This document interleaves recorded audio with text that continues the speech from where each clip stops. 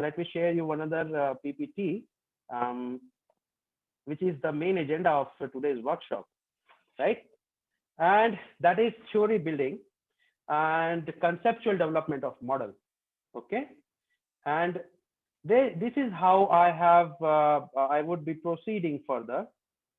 Okay, first I would talk about motivation of one of my recently published paper, and the introduction section we will talk about, and what is this theory that is we talk about, or what is this theory, behavioral reasoning theory, what is this we talks about, right? And what is the research gap if you're planning to write a literature review for your domain or from your area. For example, you can write behavioral marketing. If it is under that, you can think of some of the topics which you are trying to write a literature review on. Then you can think that what type of research gap is, which exists, and which you can try to eliminate the existing research gap through your research objectives. And therefore I will be also talking about the methodology, which all type of methodology exists while writing a systematic literature review paper, right? And what are the findings, what type of findings you must bring once you write the paper. This is very much important, right? This finding section is too important for putting or publishing your papers in good rated journals. And what is the conclusion, implications, and limitations. And thereafter we will also talk about the section 2 if the time permits. If it is 11:30, we will be talking in the next after the tea break possibly, but it is a very brief, and Professor Neeraj will take here further thereafter. So this is the topic of my paper, envisioning the future of behavioral decision making, a systematic literature review of behavioral reasoning theory. And here's the snapshot of my paper, right? And let me tell you, it got rejected 11 times to my knowledge, right?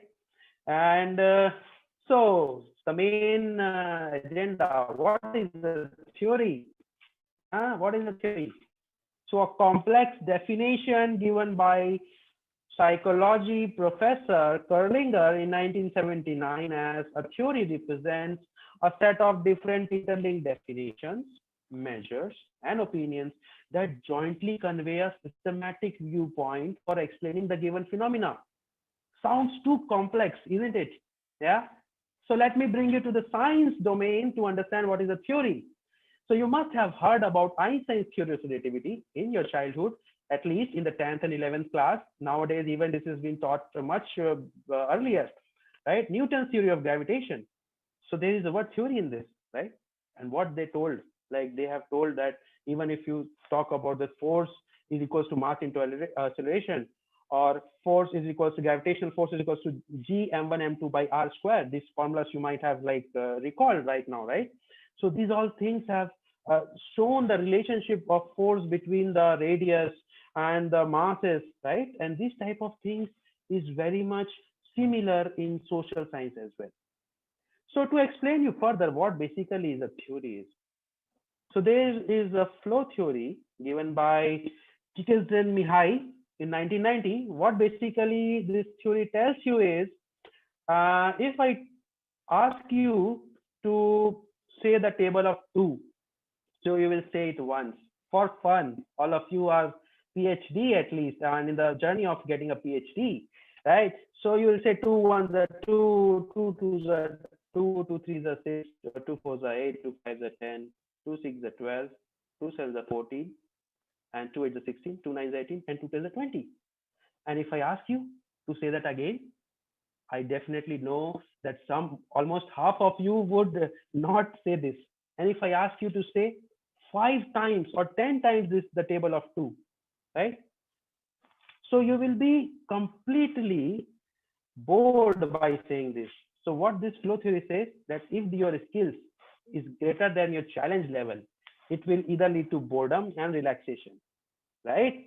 But if I ask you to write a systematic literature review paper in 10 days, so what will happen? Your challenge level would be greater than your skills, right? And you will be quite anxious and worry, oh my God, how would I write this paper in 10 days? How would I write this SLR? I do not know this, I do not know that. I do not know how to write the introduction section. I do not know what to write in the findings. I do not know what is bibliometric analysis. I do not even know what a systematic literature review is, right? So this is the flow theory, and this is, I mean, I think it might have even had a, a broad interest in you to understand the theories in social science, and they are so robust and so interesting. Let me tell you, and there are a lot of theories as well, which even determines that how you behave, how you make decisions in life. So there are so many theories which exist in the social psychology literature, which you can use, and different social and social theorists have used this theory to understand how they employ in the organization, or how the individual tries to purchase a product, right? So how they think while before even purchasing their product. So these type of theories are quite prominent and useful to get the understanding what is the way through which an individual would make a decision.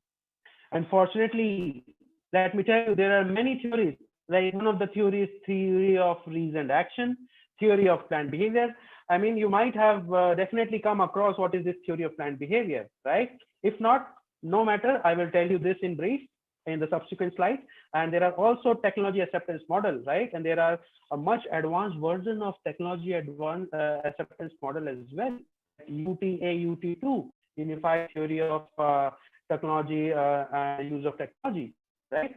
And they have like developed over a period of time, and they have advanced also, and they have able to provide much deeper insights into the capturing of the behavior of particular individual.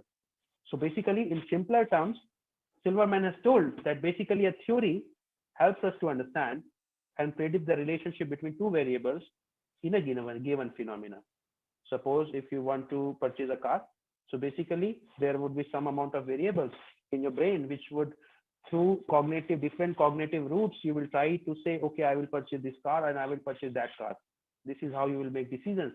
And is what a theory will say, that mostly you will try to purchase this sort of car, and mostly you will try to think in that way, right? So there the role of theory comes.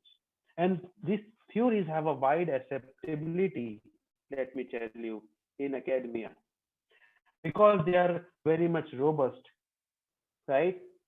So moving further, let us discuss one of the traditional theories, that is the theory of reasoned action.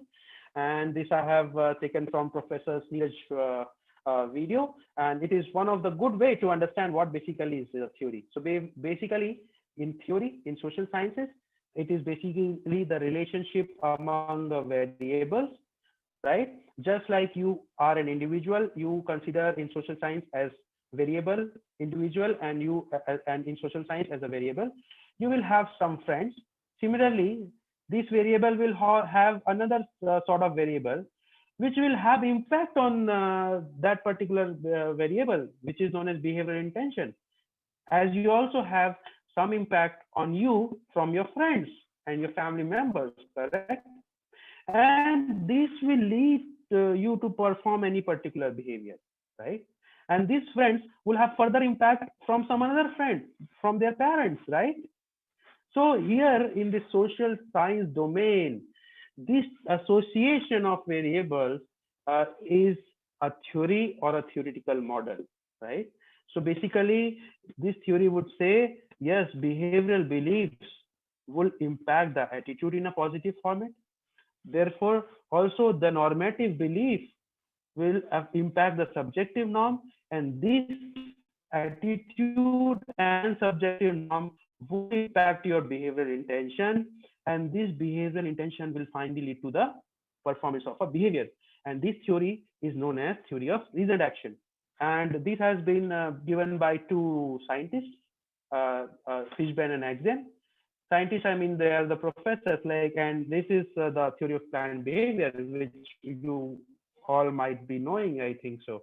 And that has been given by Isaac Axen, and who is a professor in psychology department in one of the famous universities. And it has its founding roots on the previous theory, that is the theory of reasoned action.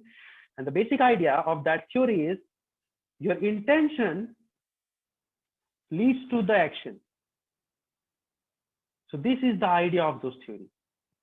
And the level of analysis is individual. So basically, it will tell you about how an individual will perform a behavior, and not a group. So these things also is very much important. If you even try to do research, people ask, what is your unit of analysis? Are you trying to understand an individual behavior, or are you trying to understand the behavior of an organization, right? So these things are also important. Let me not go into much detail about all those things, but what this theory says, how you behave is the outcome of your planned behavior.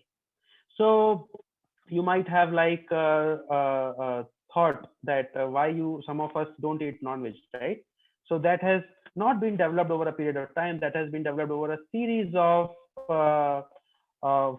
thinking and thought process, right? And this is the theory of planned behavior, which you can see that all those shaded regions, right, all those variables are similar to this theory of reasoned action. And this theory of planned behavior, which is given by Isaac Adjen, right? They say, no, there is another variable known as perceived behavioral control, and which also impacts the intention of an individual. And this perceived control variable is also impacted by the control beliefs, right? And I will tell you all those things in much detail once we discuss it, right, further. But since all those theories are in a much earlier period, so they share its own limitations as well, and they have been criticized a lot. Now, by many scholars like Bagosi and Hager, they have criticized this theory. And they say that this theory is not able to predict the actual behavior, and although they are able to predict to some extent, but they are not able to predict fully. So for this, they have also said that all those behavioral intentional models or theories have not addressed the reasons concept, that what are the reasons any person would perform any particular behavior, and what are the reasons they will not perform any particular behavior, right? Suppose if you take an example of eating non-veg. So what are your reasons for eating non-veg, right? What associations you build up for eating non-veg, right? From KFC. And what associations are for some of us, which like me, who don't like to eat non-veg? What are the associations? I'm afraid of gaining more cholesterol. Maybe it's my reason, right? One of the reasons. So definitely, to capture this behavior, so you also have to take this reasons component. And it is, let me tell you, it is much different than belief. Belief is generated through over a period of time. Once your child, if you see that your parents eat non-veg, you also eat non-veg. It's completely true, right? And therefore, in some of the families, my father doesn't eat non-veg, my mother doesn't eat non-veg, so I also don't eat non-veg. So basically, that is the belief system that and that has been developed over a period of time, right? And let me tell you, behavioral reasoning theory has captured this reasons concept as a variable, and that has told, yes, this reasons concept must be included to understand the decision making process. And this is what the theory looks like. So this is quite similar. As you can see, previous theories have also captured the behavior. The previous theories have also captured this attitude, subjective norm, and perceived behavioral control variable, which are collectively called as global motives for performing any behavior in behavioral reasoning theory. And this is something new in behavioral reasoning theory. So this theory says that yes, reasons are also important in your decision-making process, right? And this is been also impacted by your value system and beliefs, right? And the different arrows which you see are the different hypotheses. And I think some of you might be knowing, most of you might be knowing what a hypothesis is. We have to check whether this association is true or not, because this is context, the theories are context dependent. For example, if you want to talk about technology acceptance, right? If you want to see that, yes, basically some sort of technology, for example, online payment, online banking, this is a technology which whether you would whether your intentions will lead to your behavior if you want to check this association.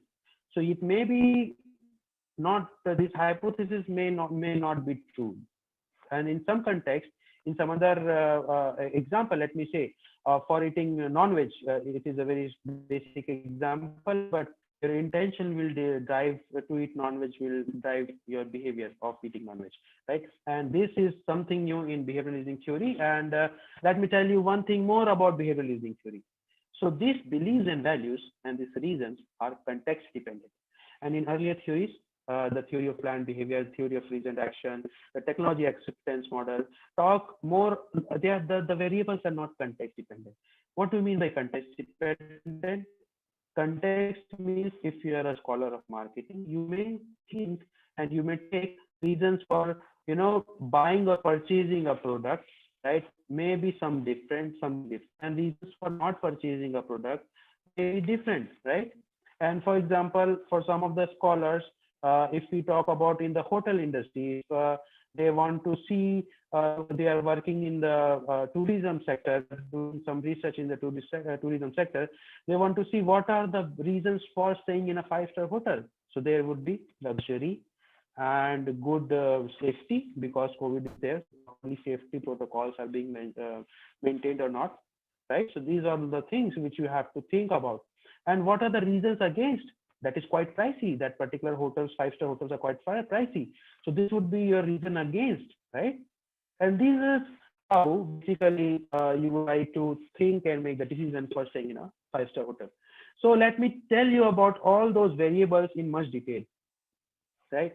So you must be what belief is, what is the definition of attitude, what is this subjective norm and perceived behavioral control, right? You must also understand the definition of variables. That's why then only you will be able to, put all those variables into your research if you want to write a structural equation modeling paper, for example, right? So the belief component in this behavioral reasoning theory, consider yourself as a person. Basically, the belief is your cognitive patterns or the subjective probability judgment, which would result in your expected behavior in future. So that is your belief and value system that has been developed over a period of time, right? And I've given the example of eating non-veg, right? That will have been developed over a period of time. And the reasons component, basically in the behavioral reason theory, has been defined in two sub-dimensions, that is reasons for and reason against, and that are completely different from one another. As I told you, the example of hotel industry, that your reasons for staying in a five-star hotel maybe because of the luxury, the food quality, the ambience, right? These would be the reasons for the hospitality. These would be the reasons for staying in a five-star hotel. But what is the reason against? That is quite pricey, right? You cannot afford, right? There are cost parameters and other factors would also be there, through which you would resist to stay in a five-star hotel. And they are quite different. These reasons for staying in a five-star hotel and reasons against staying in a five-star hotel are different, right? So this theory, behavioral reasoning theory, have captured those reasons for and reason against in their model. And this is how this theory is also considered as an advancement of theory of planned behavior. And if you ask me about the definition of reasons, that is the specific cognitions that you use to make decisions with confidence and even provide an explanation for your intentions or behavior, right? Basically, you will say, okay, this is the reasons I would like to stay in a five-star hotel. This is the reasons why I would like to eat non-veg, right? So you would like to make decisions with confidence, right? And what are the global motives? As I talked, global motives in behavioral reasoning theory composed of attitude, subjective norm, and perceived behavioral control.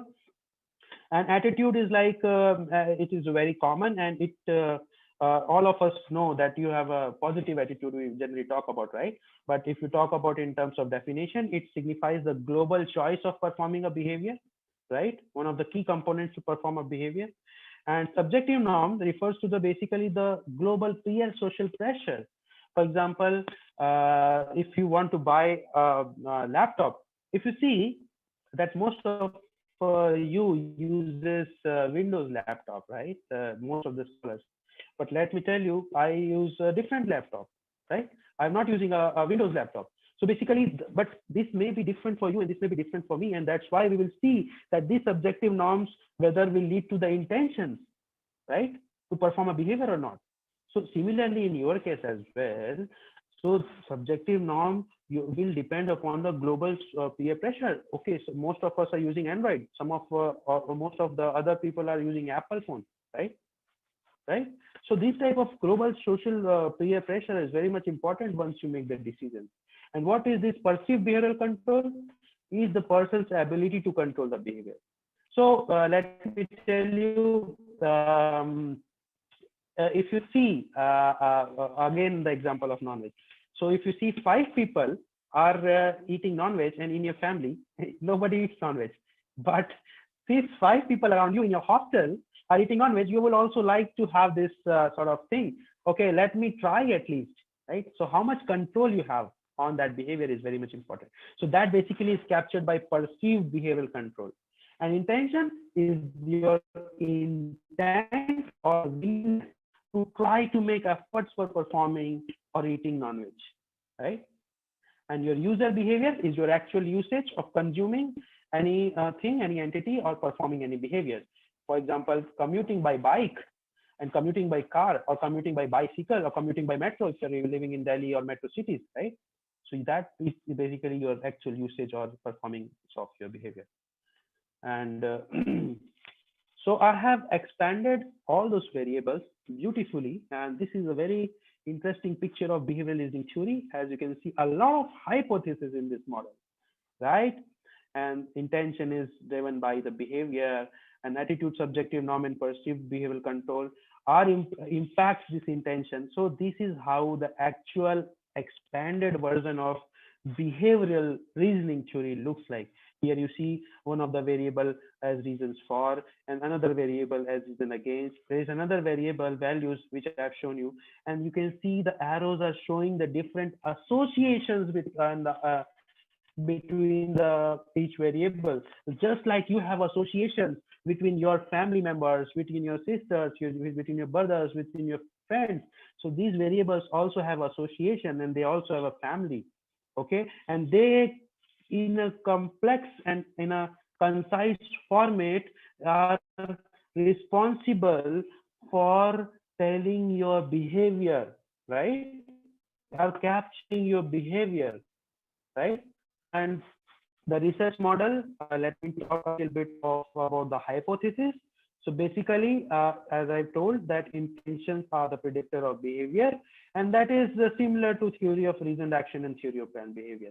So basically, it says, if you would like to put the hypothesis, that if your intention for performing the behavior is high, then there is a greater possibility that you will perform or engage in a given behavior.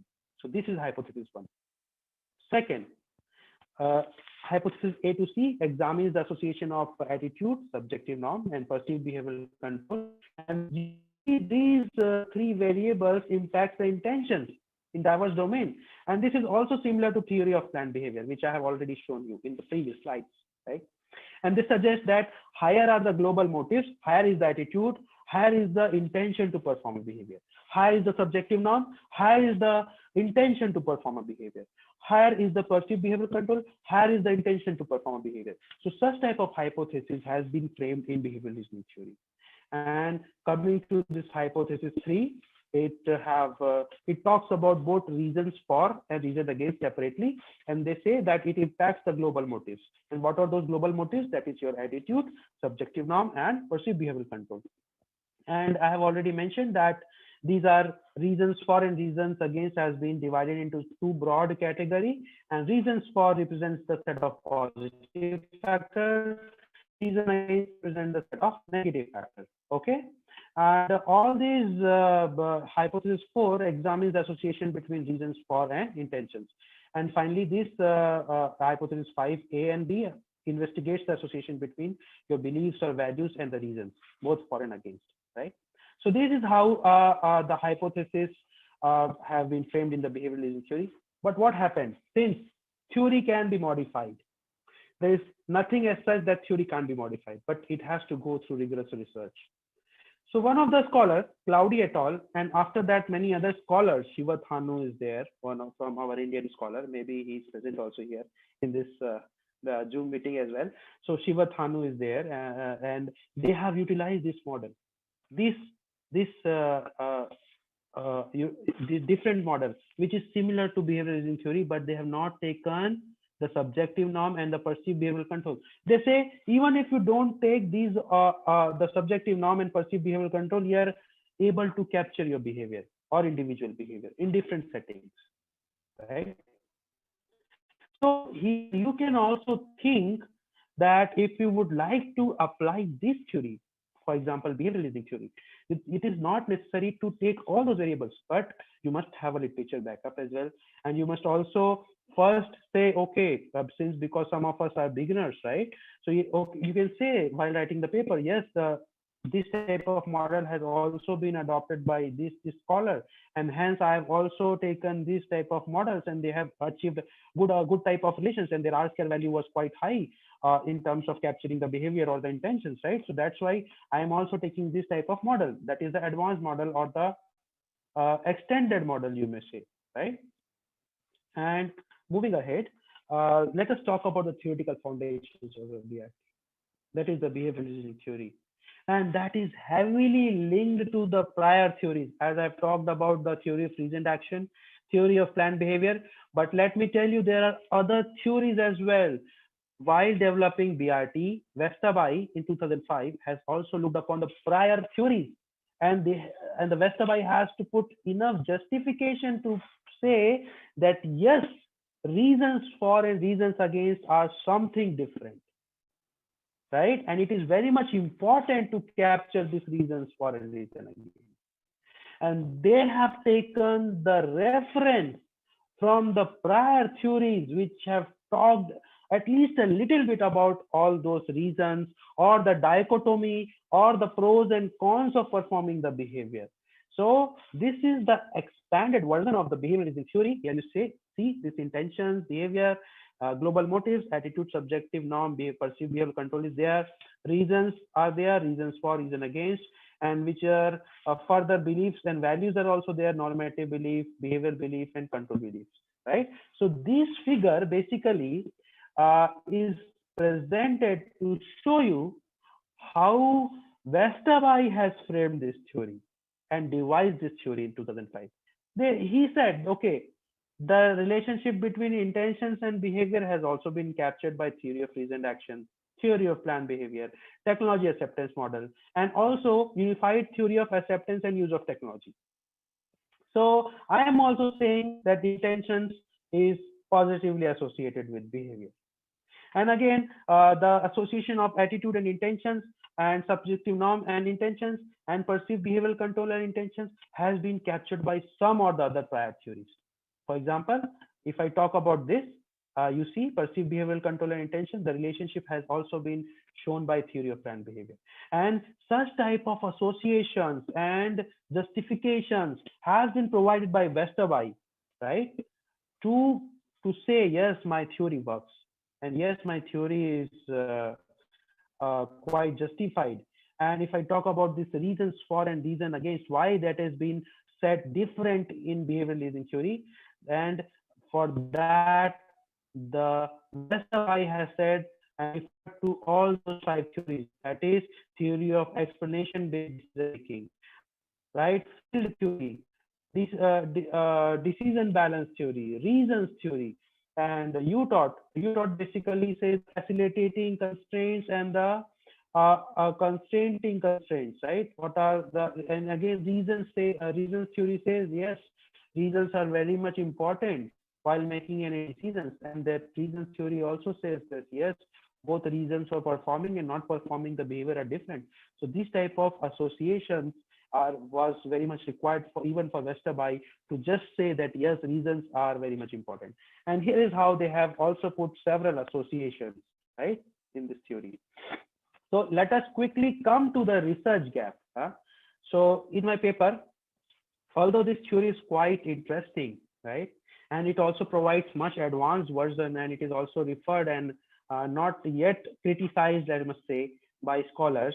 and they provide several good insights, but that has been only studied by or applied by 23 papers. And let me tell you now, since my paper was published in February, March 2020, March 2020 or February 2020, I do not know the date, but once I was scrolling and selecting the papers, by that time only 23 papers were available that have utilized BRT. And therefore, I got an idea that this theory is understudied and it is very much required to bring to the table that what are the existing works, what are the different type of works that has been performed by scholars in this applying this behavioral literature, right? So therefore, I did a systematic literature review. Okay, and I have also identified the gap that none of the scholar has performed any systematic literature review in this domain, right? So I synthesized the existing body of the literature around BRT, and I wrote a paper and addressed three objectives. So my three research objectives was, and that is also important for you to understand while you write your paper, that you should put what is the state of art research profile. By that, I mean, what is the descriptive statistics? And you can get these descriptive statistics either through manually or through the bibliometrics package in our software, right? You can say, okay, these are the top contributing authors. These are the keywords which are more prominent in this area. These are the papers which are published in this type of journals. These are the list of journals where these papers are published. These are the most highly cited papers. So this type of inferences, this type of information you can put and you can incorporate while you write the research paper, a systematic literature review paper perhaps. And therefore, I also identified the existing research theme. By existing research theme, I mean what were the methodologies they have used, whether it was a longitudinal study, whether it was a cross-sectional study, whether it was a conceptual paper, what type of, which all variables, whether all those variables which are present in the BRT has been studied or not, which type of things the scholars have previously studied. So such type of themes I have identified, and you must also identify some of the themes by capturing all those papers and by referring and going to and through the papers, and you have to identify some common themes. What is the common between all those papers? You have to identify this. And coming to the research objective third, you also need to present the future avenues of the research. It is not just like presenting whatever has been done, but you should also say, yes, this type of gap exists. A lot of gap you have to list down, and you must say to the world or to the academia or to the journals where you're sending your paper that these are the areas which the other scholars can work upon if they want to work in the behavioral reasoning theory domain, right? And similar thing you have to also put while you are writing your paper.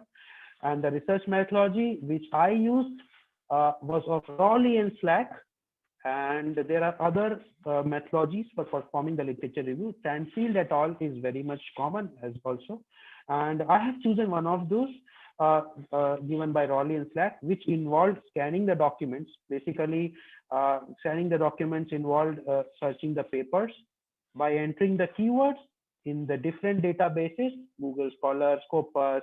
Some of us also might be having Web of Science, right? Springer, Science Direct, scanning the documents. So I scan the documents related to the behavioral reasoning theory.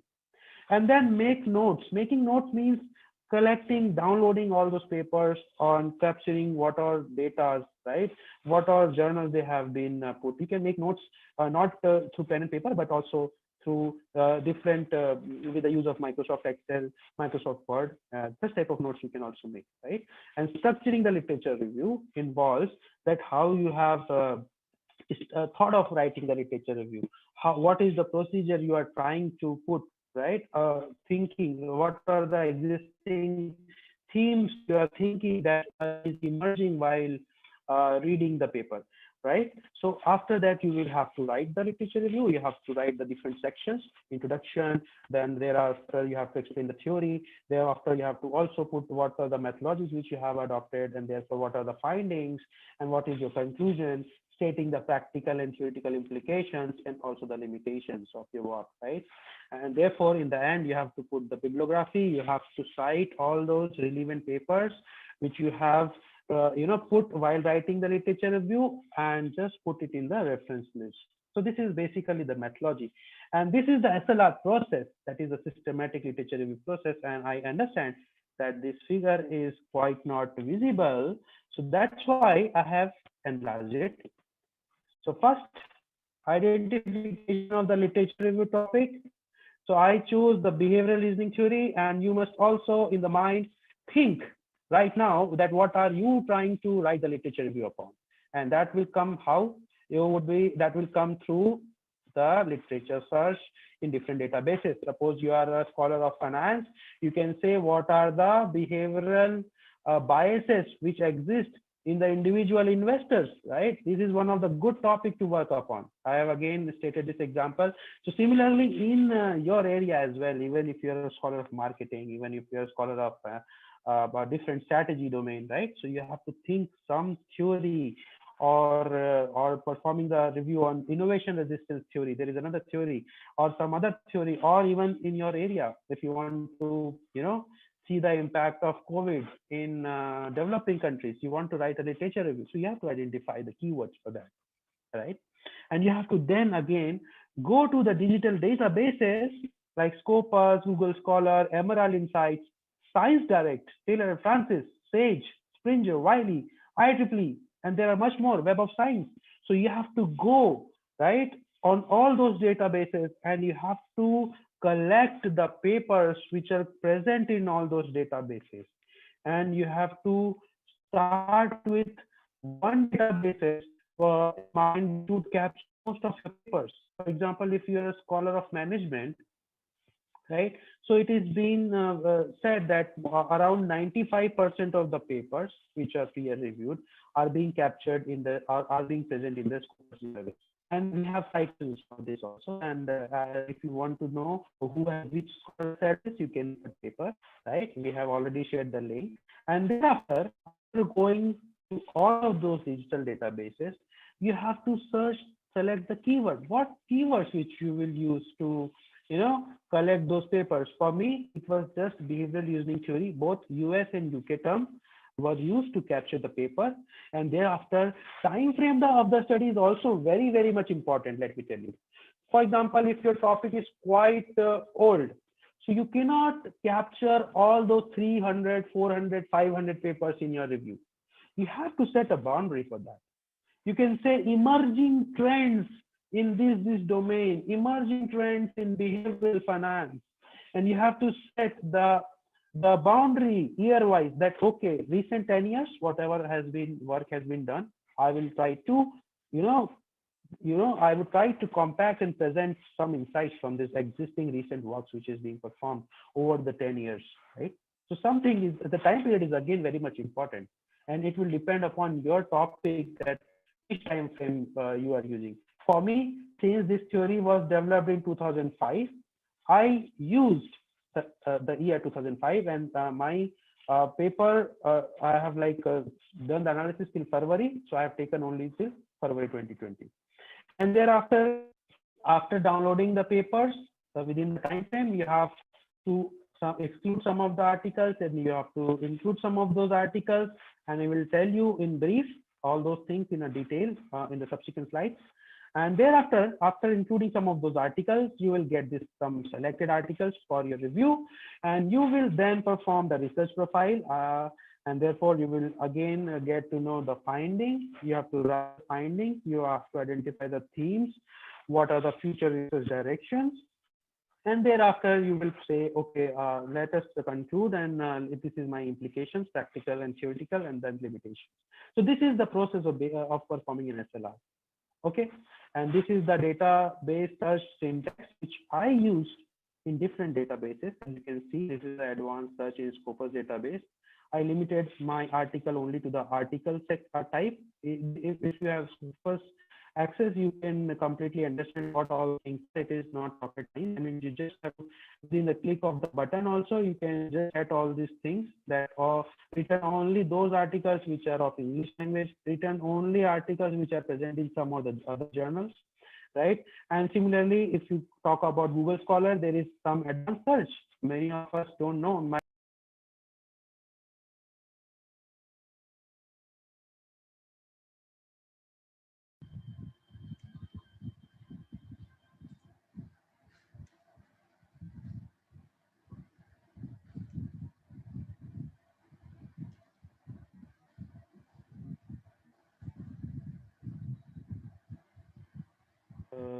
Hello, Sir, sir, Adit, I am audible.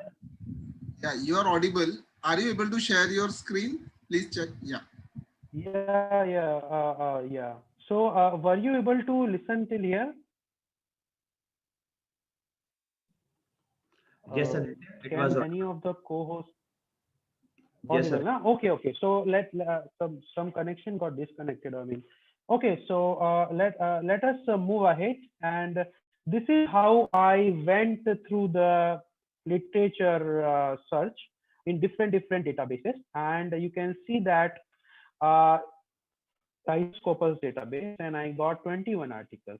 Once I searched Google Scholar, I got a lot of more articles, and this can happen in your area also. No, it is completely possible. It's your responsibility to go deep into those papers and identify. Yes, these papers are of my is important to me, and is this paper completely is related to my area of research, right? And therefore, you have to go and verify after reading the abstract, after reading the title, because you are just putting these keywords, and there is a possibility that these keywords might have been used by in some other domain or in some other context as well, right? So this is your responsibility to exclude all those papers which were not relevant to you. And let me tell you, while doing this process, I have also looked for the forward and backward referencing. So what forward referencing is like, for example, suppose you enter the paper of Vestaby, that is that this particular scholar has developed this theory, behavioral engineering theory, and you go into the references. If you go into the Google Scholar, you see the section called cited by, double commas. If you click, then it will come the cited by. So once you will go, so you will see, okay, what all are the papers which are cited in the paper of Vestaby. From there you will also able to understand, okay, this paper is very much relevant to me, let me see and check. Although it is not capturing through the keyword search, let me see whether this paper is of importance to me or not. So I have identified one paper through that.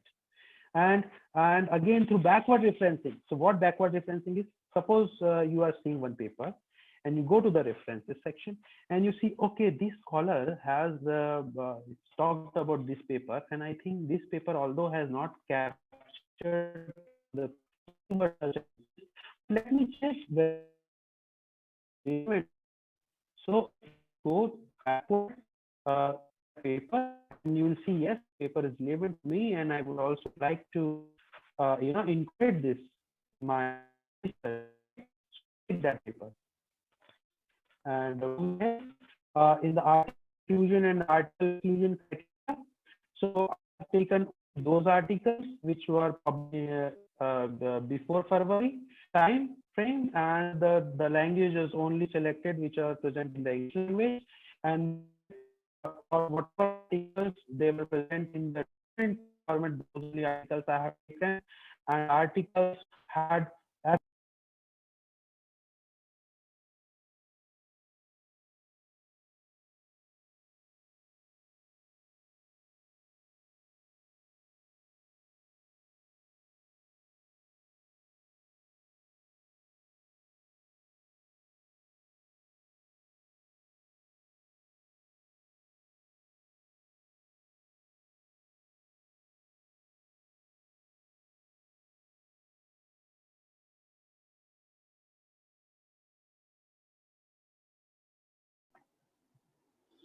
Yes, sir, you can share your screen once again. hello. So you have to share your screen Uh, once again. sorry, it is a bit unstable, I guess so. I hope I am audible now. Confirm. Yes, sir, you are audible. Please share your screen. Are you able to see? Yes, sir. Okay, okay. All right, wonderful. Sorry, my connection is a bit unstable, I guess so. Yeah. So, okay. So let me move ahead with this. So as I was talking that this is the article inclusion and this is the article exclusion criteria. And this is how I have excluded some of the articles. That is those articles, I mean, which had the same DOI number, I have excluded in my analysis. And I have also excluded some of the books, unpublished works, conference paper, and the thesis papers, right? In my analysis, I have excluded all those things. And after doing that, I have done the research profile. So basically, this is the output which has come through the R software. And you can also do it in Excel. It's nothing big. So you can see that there is an increasing trend, at least while I was doing the literature review, there was quite less paper in 2019, but here in 2020, a lot of papers has been published, including my paper, right? And we can see that, yes, this theory is quite new and a lot of the scholars were earlier not knowing about this theory, but after the year 2012, a good amount of at least some of the scholars have started utilizing this theory. And in the year 2005, I mean in the year 2017, a lot of scholars have published their papers in this in the domain of behavioral reasoning theory. So what inference you can make, you have to also provide the inference in your paper. So basically you can say that this theory is new, and this is recently there is growth and development in the domain of BRT. So these type of insights you have to put while you write the paper. You just not have to put that this is the amount of, this figure shows this amount of publication over the period of years. No, the readers don't want it. The readers want to know a bit more. What inference you can get? Why there is a decreasing trend? Something like that. If you are able to provide such type of justifications, that will bring value in your research, right? And similarly, this is the top contributing author. As you can see, it is one of the Indian scholars, Shiva Thanu. They have published 3 papers. Since they might have published recently more, but this is the analysis by the February 2020. So by that time, Shiva Thanu, Cloudy et al., and Peterson were the top contributing authors in the domain. So this type of information you should provide in your research, right? And most influential articles, again, it is very much important. So as you can see from the figure or the table, both the top citation and the citations per year has been taken for the analysis. And the reasons for that is it may be possible that the paper which has been published much before may get enough citation much earlier. I mean, they may get a lot of citation, but it is also possible that even a recent paper like Cloudy et al. In 2015, I mean, they have like gained more citations per year. I mean, they are getting 30.4 citations per year. So basically, these both type of analysis is very much important to tell what are the most influential articles, right? So basically here, the Westerby, which has proposed the theory, they have been cited a lot, at least for 250 times, right? By the end of the year, February 2020, right?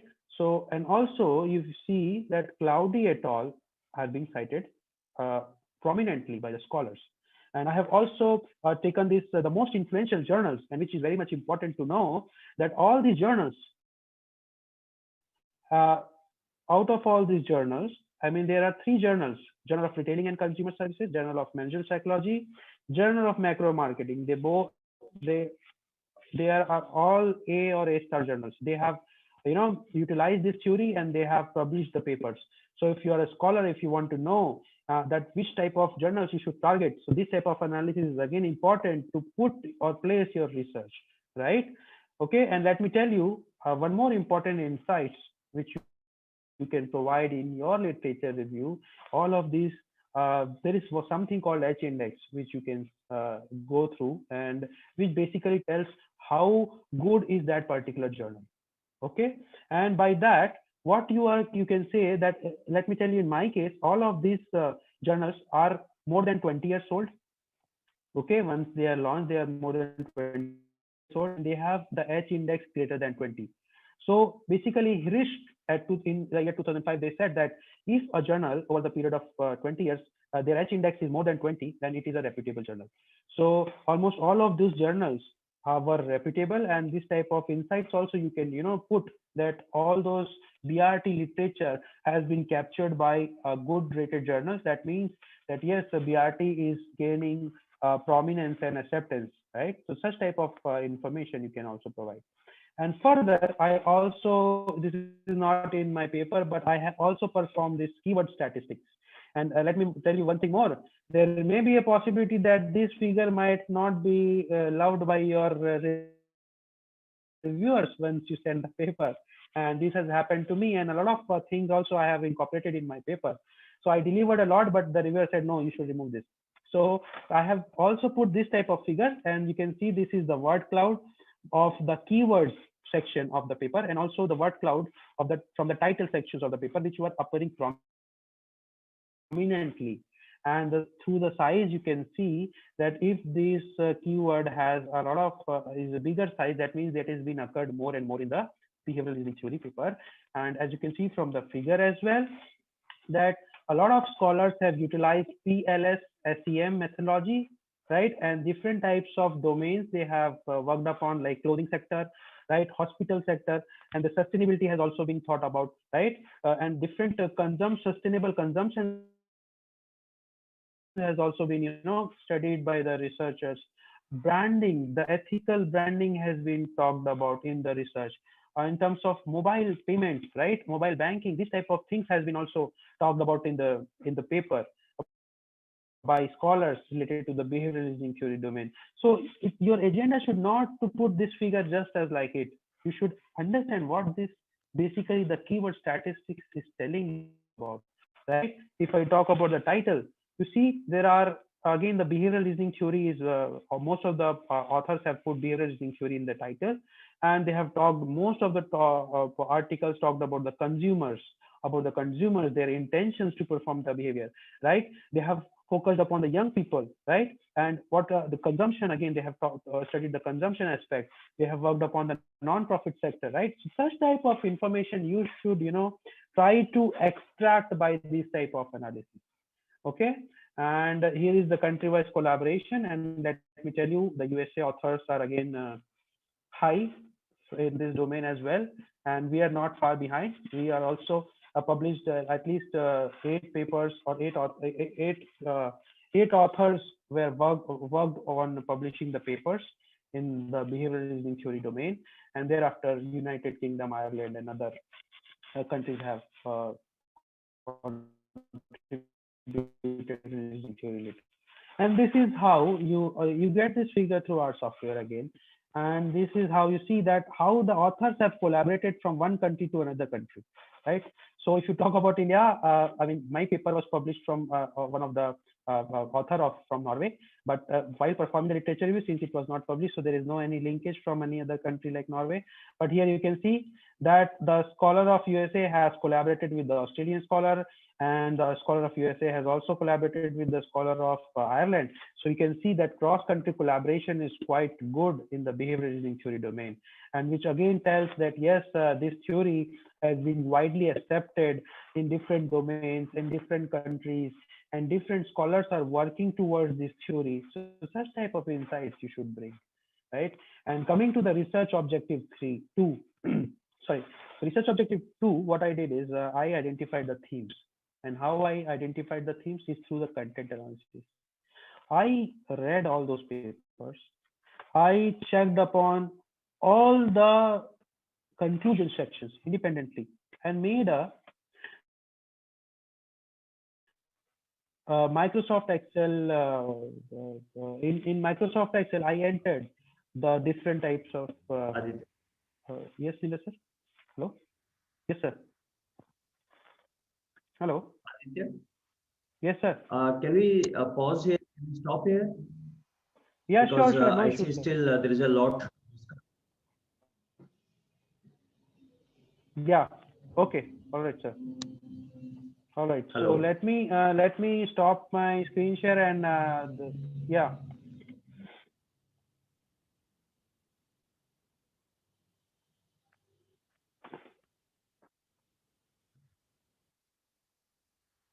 Okay. So, Kuldeep, Yes, sir. Yes, sir. Kuldeep. Yes, sir. Am I audible, sir? Uh, Hello. sir, any problem? Kuldeep. Hello, sir. Hello. Okay. Kuldeep, sir का शायद ये network hello, आवाज आ रही है? Kuldeep sir आप Audible हो, बोलिए आगे। सर बुला रहे हैं ना? हाँ सर, बोलिए। yes, Kuldeep. Kuldeep, I was just saying that there must be a number of questions from the participant. They might be asking some questions. Some of them raised a hand also in between. But since we told them that please don't ask the question, so can we now open the chat so that people can ask? And if anybody from the team can compile the question so that before starting the next session, Aditya will first go through those questions, answer those questions, and then he will continue. I will request. Sir, you want me to allow the students to unmute themselves and also to chat, correct? No, no unmute, only chat. Okay, And 1 second. one more thing, Arun. Anybody Yes. writing good morning or how are you or anything other than question, please remove that person Yeah, immediately. ma'am. Sir, I am having a check on that, and we have already blocked the chat, so nobody have done that. No, no, no. I'm saying now if somebody will do some sort of social greetings, etc., remove that person straightforward. Only Okay, and sir. only questions, nothing else. Okay, sir. It's very I hope, difficult to manage 300 I people hope, and yeah, sir was loud and clear. Please only ask question in your chat box. hmm.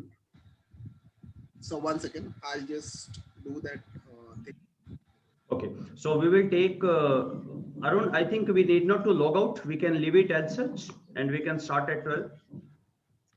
Yeah, so We will take a tea break, and then Aditya will quickly go through the questions. Will answer as much possible. Now, some of the time it happens that he might feel that maybe in the next session the question will be automatically answered. So, who can he can just leave those questions, and otherwise at 12 first he will take the questions, and then we will continue the next session. Aditya, okay. is it okay with you? Yes, sir. Yes, sir. Completely. Okay, so let's take a tea break here. Thank you, everyone. Have started even posting the questions. That's okay.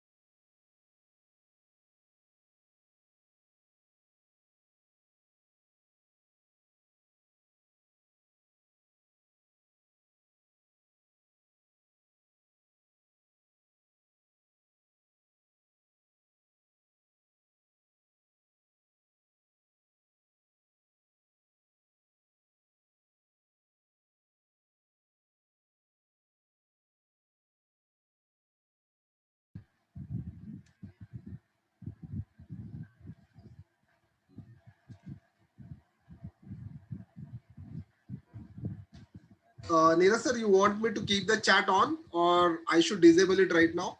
Because the queries have already been posted.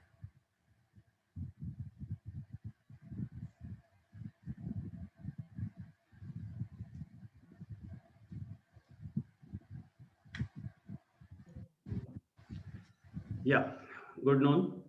So we can start the session, and you can now disable the chat because queries has already been there. So that is done. So over to you, sir. Okay. Aditya, Yes, sir. Aditya, are you able to see the queries? Yeah. I am able to see the queries. Shall I answer them right now? Yes. Whatever you feel comfortable, if now Yeah. or later, whatever. Over to you, Aditya. All right. Okay, so let me first address some of the queries. As I can scroll, some of the queries are quite basic and quite, I mean, quite disconnected as well. Some of the things like Deepika Mishra asks, sir, how can you check the duplicate papers and compile them in one CSV file? So see, you can also do it manually as well, right? And also there is one way through R, which you can, if you are like downloading the summary of the paper. I mean, if you are downloading the papers, summary of the papers from the Scopus database, and if you're downloading the summary of the paper from the Web of Science database, right? So in that case, I mean, you can, there are some commands in our software. You can use R, but since somehow it is not necessary that you, I mean, using or knowing to operate those commands. So you can also do it manually. Prashant Dev, it looks like bibliometry. I mean, no, bibliometry involves much deeper analysis. You have to check for co-citation analysis, author coupling, social network analysis. All those things are part of bibliometry, and you have to go much deeper into that. Bibliometry basically is a bit different from systematic literature review. I use some of the things which could also be obtained through bibliometric analysis. And if you talk about bibliometric analysis, I mean, that basically tells you the statistical information. For example, I have shown you the keyword search analysis. So that sort of things which you can, which you may, or the research question one, the outcome of research question one can be obtained through bibliometric. But I mean, if you're trying to write a bibliometric paper, I would encourage you to go further deeper into the analysis part, like authors coupling, country, what are the co-citation analysis, what is the social network analysis, and such type of informations you need to put in your paper if you're writing a bibliometry paper. And let me try to address, would you share PPT? Yes, absolutely. Our motto is to deliver the knowledge in free, and that's why this is a free workshop. Yes, after your session, you will receive the PDF of the PPT. It is important to identify a relatively new area for SLR, or is it possible in an already established? See, it depends on you, Lavanya, because see, if you are trying to write SLR on the established area, so there would definitely be a lot of papers, around 400, 500 papers, or even more, right? So what one thing you can, how you can narrow it down, as some of the other scholars have also asked, that how to narrow it down, that we should get at least 70, 80 papers to write a literature review upon. So there are multiple ways. Some of the scholars says you can, narrow it down through the type of the journals. Like you can say that these are the top 5 or top 15 journals of the operations management domain or the mass communication domain. These are the top 15 journals. So I am only capturing the papers which are present in this. And in addition to this, I am also considering those papers which have those journals which are at least been published in in a Scopus database, right? Something, some type of tools which you can use for this narrowing it down. And you can also say that I have only taken those papers which have which are of impact factor greater than 1. So, and you can also say that only those journals I have incorporated which are published in ABDC category, or the ABS category is also there. And there are other journals, other type of sections through which you can, limit your paper. And you can find many scholars have done what I'm saying. They have done and written the paper by limiting or narrowing it down, because you cannot review the paper if you're doing a bibliometric analysis, then you can definitely take 300, 400 papers. But if you're doing an SLR, it will become a hectic job to write a SLR for 300, 400 papers. So I would suggest keeping and on the safer side. I mean, there should be at least 40 to 45 papers minimum for writing an SLR. But if you talk about me, since my theory, I mean, behavioral reasoning theory was quite new, so there were only 23 papers. So that's why I was able to publish. But I also reviewers also raised questions in this that your papers are quite less for the review. So I mean, for the safer side, I would advise to narrow it down and bring it at least 40 to 45 papers or should be there for the review. What do you mean by limit doc type? A doc type limit means documents type, or whatever the journals, whatever the papers which are present on this journal should be in the doc type format, document type format. So this is basically the standard option when you go to the Scopus database or Web of Science. You have to click that all those papers which are present in a document format, right? Not as a web clipping or a different type of format. So all those only can capture those papers, right, which are in the document format. Do we need to collect and compile all the papers from the area? It all depends which topic are you writing the literature review on. But yes, it is advisable to collect most of the articles which are related to your research, right? But again, you can also develop or keep a boundary in terms of a time frame, that you are seeing that emerging trends in behavioral finance, emerging trends in behavioral marketing, something like that, a sort of thing which you can say, and you can say that we have captured only the recent papers. And I would like to take some more questions. My question is how to publish the paper in Scopus.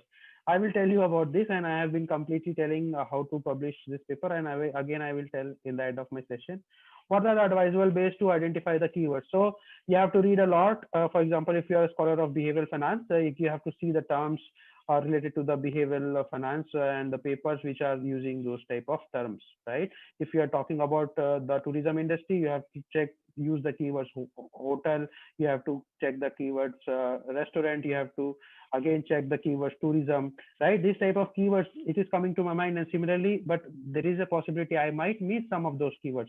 For that, you have to read a lot of the papers related to that domain, and also you have to check whether some literature review has already been done previously, and what type of keywords they have used, and that is a much safer way to move ahead if any particular topic is being called by different names.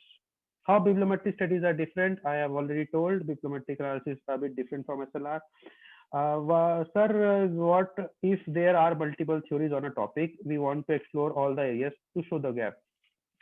So see, yeah, if there are multiple theories on the topic, and if you want to write a SLR on the topic which has used multiple theories, so yes, of course you can use. And you can say that these are the theories which different scholars have used to address this particular domain or branch of knowledge, right? Whatever your branch of specialization is. And you say, you can also enlist that, yes, these are the amount of theories that the scholars have talked about. And then in your findings, you can say, yes, but this, I feel that these theories also can be utilized in this domain that has not been addressed, and that can become your part of the future research direction. So that is how you can move ahead.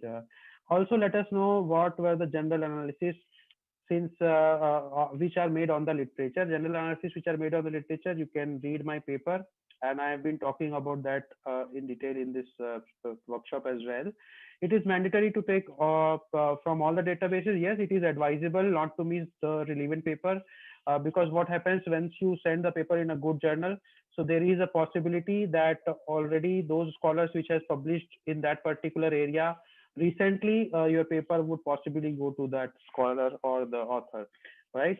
So yes, it should not happen that you have missed the paper of that particular scholar. So yes, these are very basic things which you need to keep in mind. And so share your paper. I think Professor Neeraj has, or the organizer of this workshop has already shared you through mail. But once again, I will share the paper, and that is free to download. How can we know the edge factor of the journal? Very good question. One website is there, Shimago, Shimago. You can type on Google. Shimago.org will give you a lot of detailed information about the H factor of the journal. And there are other informations present in Shimago. You have to put your journal name there and you will get the answer. How SLR is different, Professor Neeraj will talk about this in much detail after this session, my session. Can you please briefly tell about software used for this research profile? Research profile, I used R software and I used bibliometrics package. But I mean, if you have a CSV file ready with you, you have yourself, made it manually. Then yes, with the help of Excel, I mean, for addressing research question one, I feel that you can definitely do it this in Excel to identify the top contributing authors. You can sort criteria and what all maximum citations that particular paper has achieved. You can sort it down. It's like very easy. And again, automatically, I mean, there are ways to put to draw graphs in Excel, right? And when everyone is working on the same theory, then how uniqueness can be achieved? So see, let me tell you this.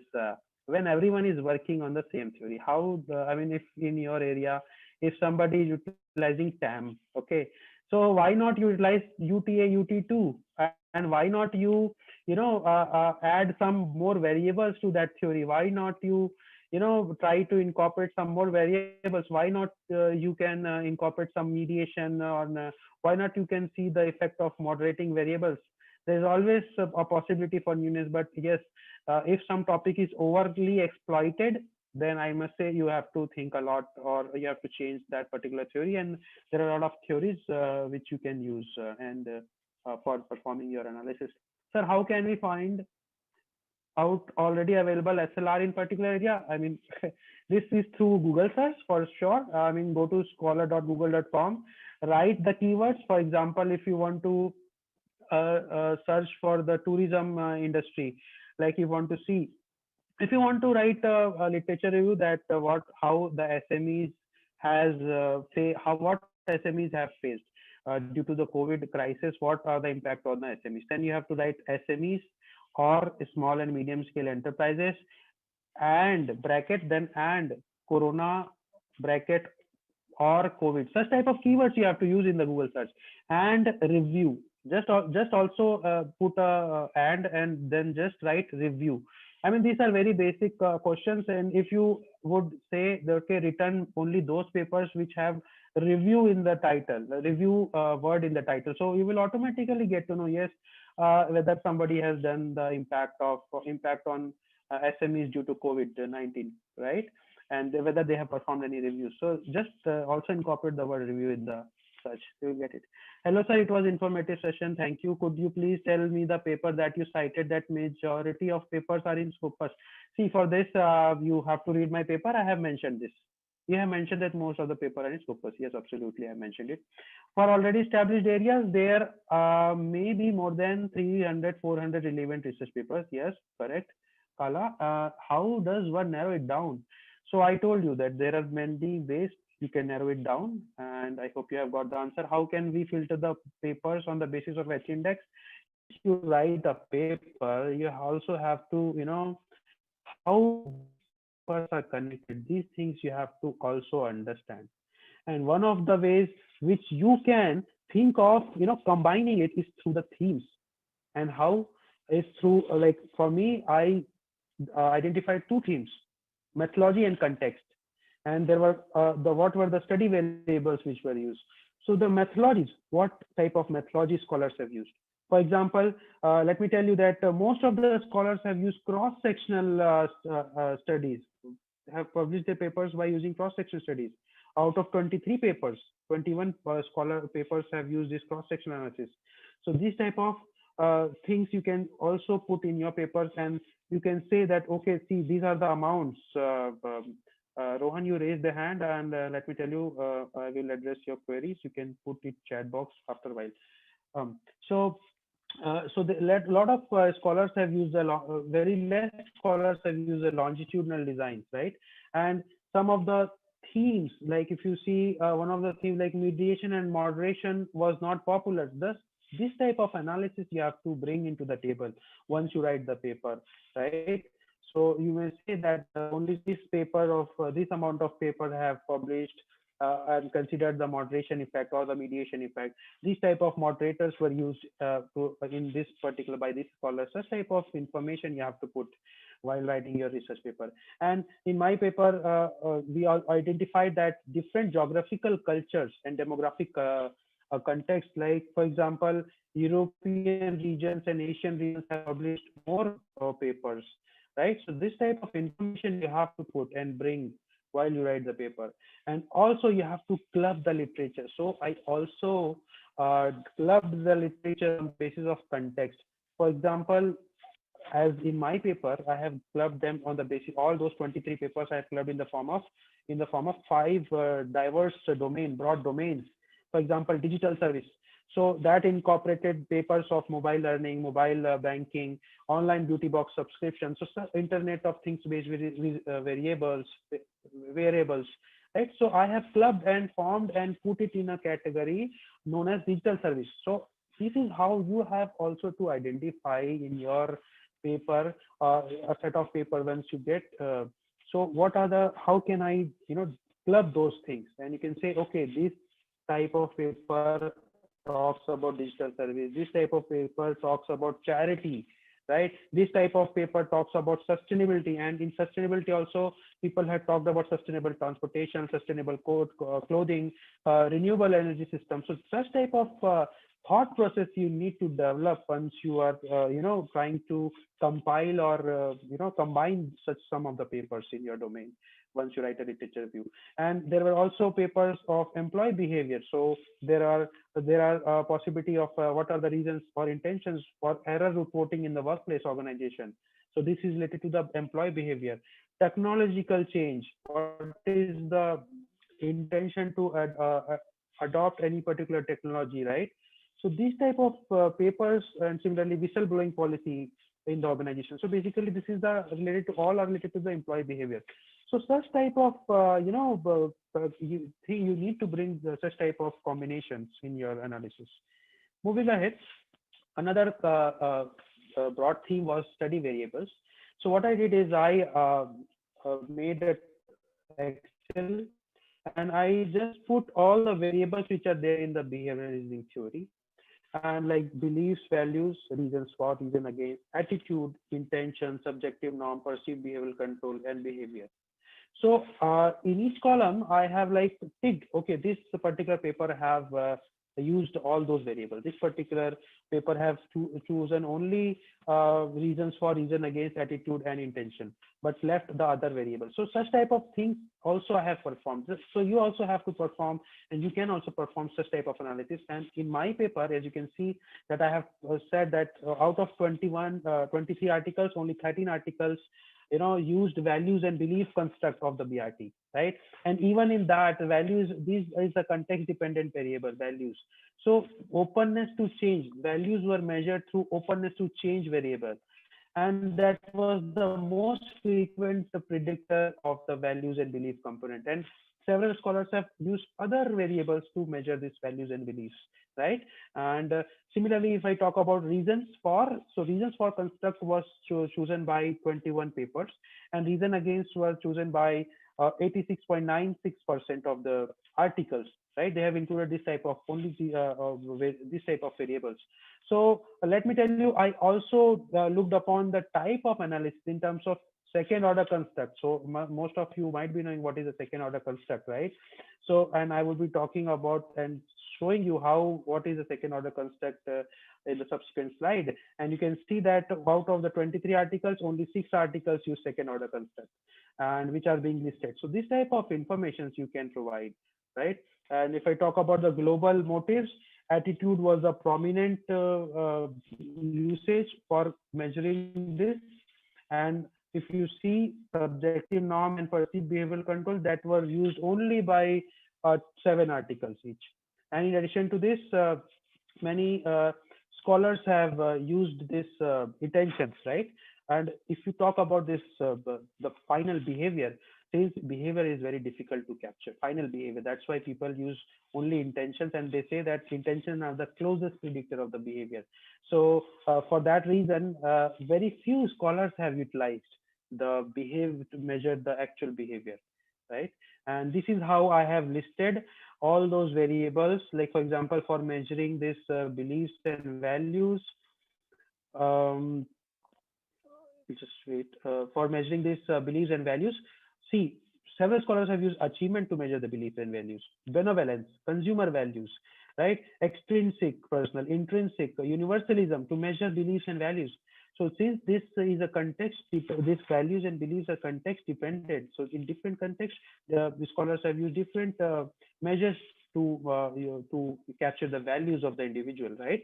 And similarly, if I talk about reasons for, again it is context dependent. Reasons for and reason against, both are context dependent.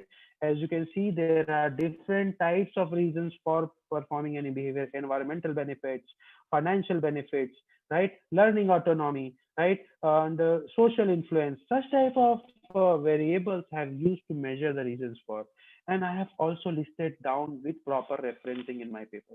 So such type of rigorous or you can say a detailed analysis is sometimes required once you write a paper, right? And similarly, other constructs or the variables, what all substitutes or variables, sub variables they have used already, previous scholars I have listed down here, you can refer to. And moving ahead, as you can see that I have also wrote down what was the mediator. Like past behavior was used, was one of the mediator in one of the paper, right? And that paper was of Norman. So moderator, what were the not moderator used? Age, brand reputation, right? Education, experience, level of legal protection. Such type of moderators you can list while writing your paper as well. And other variables, other variables, some of the scholars have used. So such type of information I have also used. So coming finally to the research objective 3, right? So as I told that it is very much important to identify the future avenues of the research in your domain as well, right?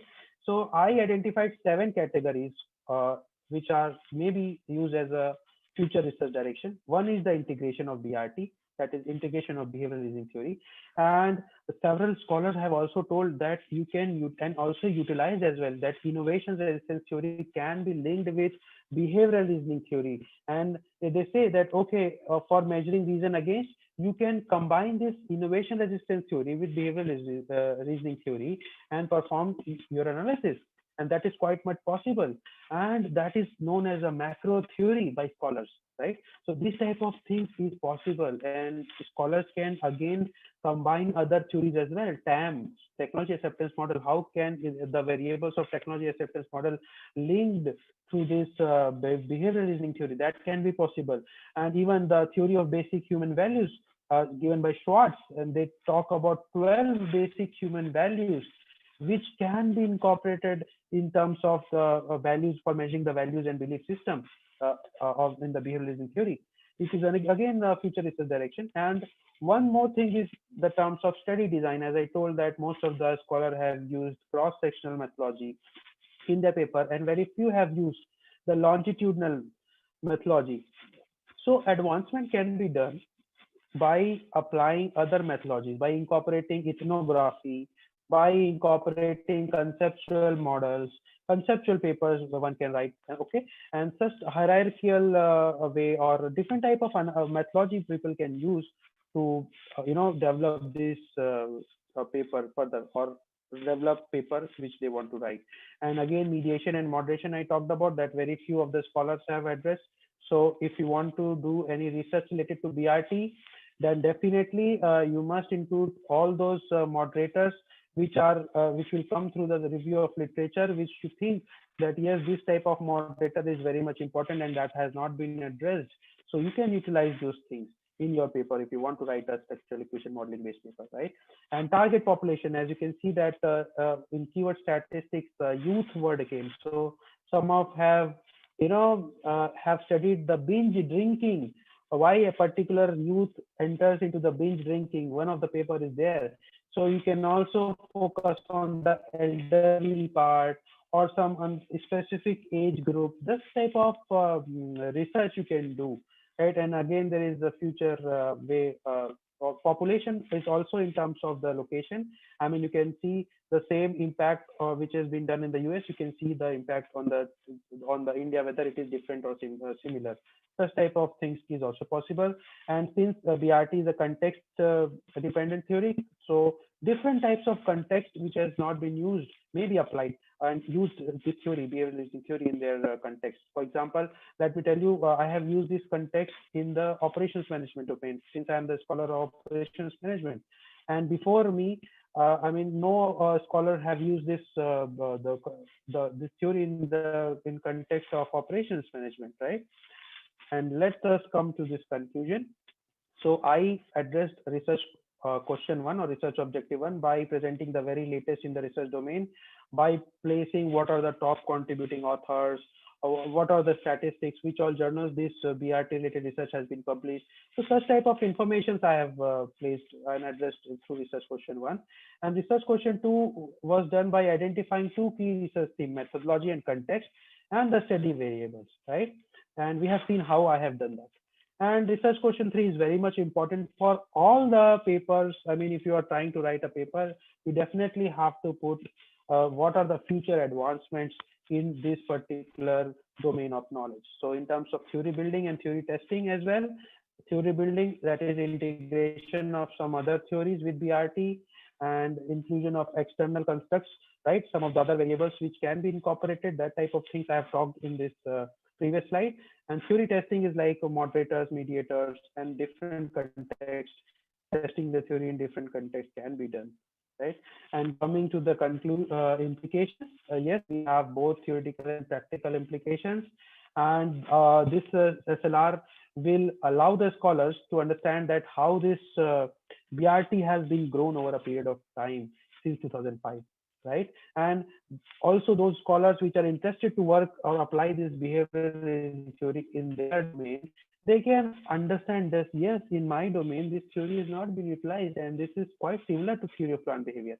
And theory of plant behavior has been already applied. So let me apply this theory because it also incorporates reasons for a reason against. And why not I can apply? So this type of things, by understanding this type of the things, the scholar can utilize this work, which is in the form of SLR, and try to understand, okay, this work has not been done and this work has been done. So I would try to do this type of work in my area. And also the present SLR helps the research committee and young scholars to understand what basically is this theory. And I hope through my today's presentation, you might have understood that how a consumer or an individual makes a decision in life, and how even you make a decision in life regardless of anything, right? Whether you eat non-veg or whether you want to, opt for a 5-star luxury hotel stay in a 5-star luxury hotel.